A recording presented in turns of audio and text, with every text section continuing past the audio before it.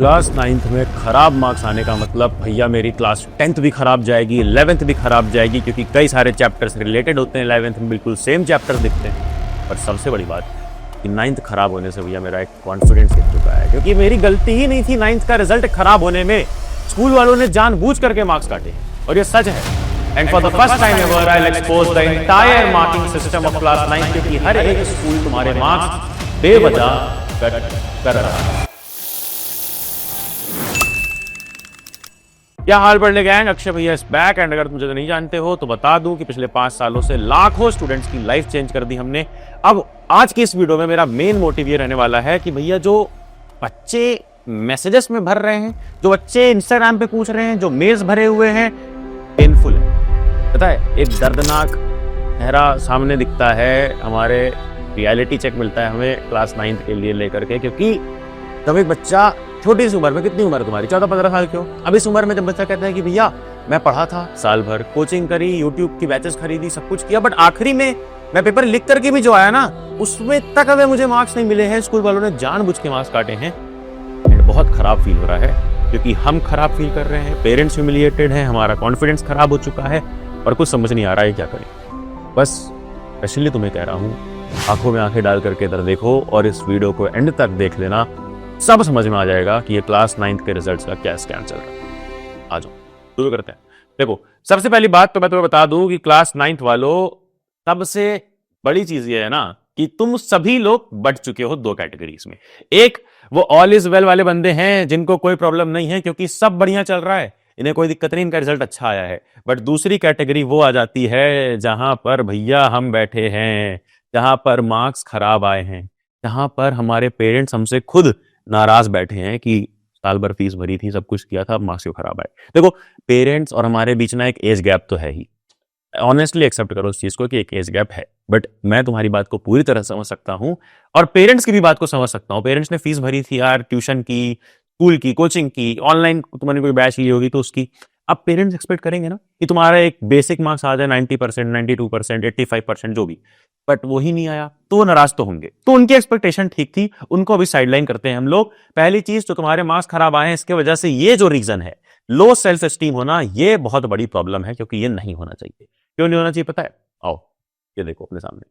सबसे पहली चीज और सबसे पॉजिटिव चीज हमारे हाथ में जो है, रीजंस, कि क्या रीजन रहा है, सबसे पहले खुद से पूछो और आइडेंटिफाई करो और कमेंट में जरूर बताना, क्योंकि तुम्हारे जैसे हजारों लाखों बच्चे परेशान हैं। पहला रीजन हो सकता है कि तुमने सही से ना पढ़ाई की हो, सच बताना कमेंट में क्या ये रीजन है। दूसरा रीजन हो सकता है कि पेपर ही हार्ड बना दिया हो स्कूल ने, क्योंकि कोई सीबीएसई तो सेट करता नहीं है, स्कूल वाले खुद से बनाते हैं 9th का पेपर। And then third reason would be कि हार्ड चेकिंग हुई, and this is the most common reason. पिछले 5-6 सालों से यूट्यूब पे हूं, काफी बच्चों को ऑफलाइन ऑनलाइन देखा है, और सबसे बड़ा रीजन यही है कि स्कूल वाले जानबूझ करके पेपर कठिन बना देते हैं और कठिन चेकिंग भी करते हैं। हार्ड चेकिंग का मतलब होता है कि जानबूझ के मार्क्स काटना। स्पेलिंग मिस्टेक हुई, आधे मार्क्स काट लिए, कोई एक लाइन छोड़ दी, आधे मार्क्स काट लिए, फॉर्मेट गलत हुआ, एक की जगह 1.5 मार्क्स काट लिया, थोड़ी सी मिस्टेक हुई, या आंसर उनके अकॉर्डिंग जो सही है वो नहीं हुआ। क्योंकि स्कूल में कई बार टीचर्स 9th में मार्क करवा देते हैं, क्लास वर्क कॉपी में लिखवा देते हैं कि उन्हें तो वही आंसर चाहिए। कुछ बड़े ही खड़ूस टाइप के भी टीचर्स होते हैं ना, तो अगर उनकी गलती की वजह से, हार्ड चेकिंग की वजह से मार्क्स कटे हैं, तो प्लीज कमेंट में बताना, क्योंकि लाखों बच्चों के कटे हैं। अब समझो ध्यान से, वैल्यू क्या थी? क्या क्लास 9th का जो भी रिजल्ट था वो क्लास 10th में काम आएगा? नहीं। क्या क्लास 9th का जो रिजल्ट था वो 11th में काम आएगा? नहीं। आई नो कि तुम्हें जो स्क्रीन पे ये दिख रहा है, जो मैंने खुद तुम्हें बताया था कि 9th और 11th के चैप्टर से रिलेटेड है, वो रिलेटेड है सिर्फ और सिर्फ। 9th में तुम ना सिर्फ वो जो 11th वाला चैप्टर उसकी समरी पढ़ते हो। अगर 11th में साइंस लोगे तो वहां थोड़ी सी मेहनत करनी पड़ेगी, अच्छे से पढ़ना पड़ेगा, और वहां पे तो वैसे भी शुरू से पढ़ाते हैं, जितना 9th में पढ़ा है ना वो कवर करते हुए, तो ऐसा कुछ खास रिलेशन नहीं है। और क्या कोई फ्यूचर में काम आने वाला है 9th का रिजल्ट? नहीं।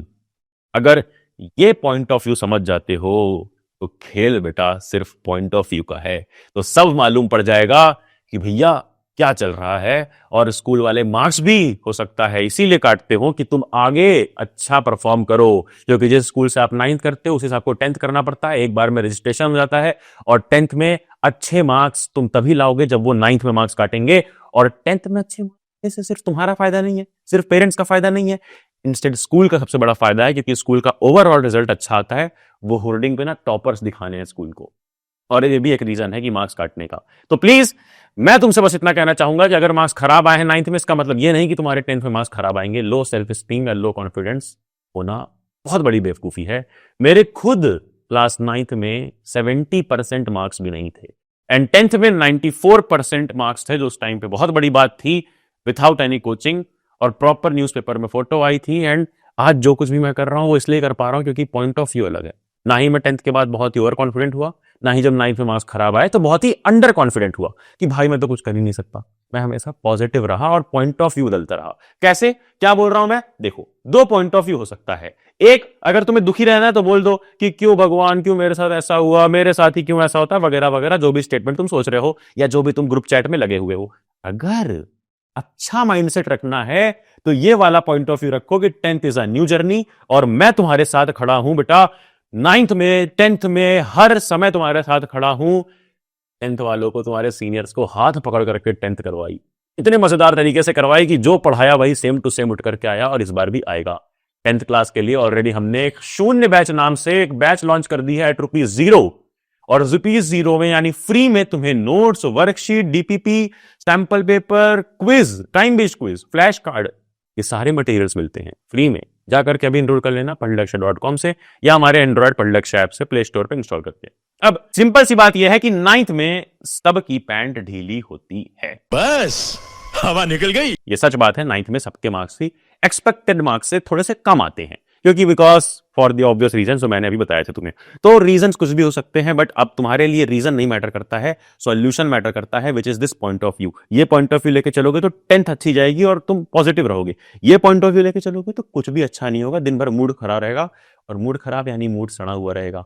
ना मार्क्स अच्छे आएंगे, ना 10th में तुम अच्छे से पढ़ पाओगे, ना एंजॉय कर पाओगे। जितनी इंपॉर्टेंट जर्नी है यार, 10th क्लास बहुत स्पेशल होती है। हो सकता है तुम्हें नई नई चीजें सीखने को मिले, कोई नया रिलेशनशिप मिले, कुछ नया कोर्स क्लास्टिक सीखने को मिले, बहुत सारी चीजें आने वाली है जर्नी में, और मैं तुम्हारे साथ खड़ा रहूंगा, मजा आएगा तुम्हें।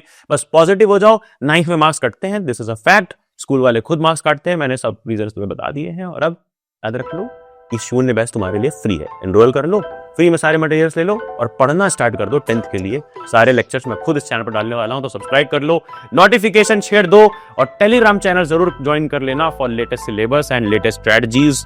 और जाते जाते नोटिफिकेशन शेयर दो कि आने वाली कोई भी वीडियो मिस ना हो। जाना जा पढ़ ले।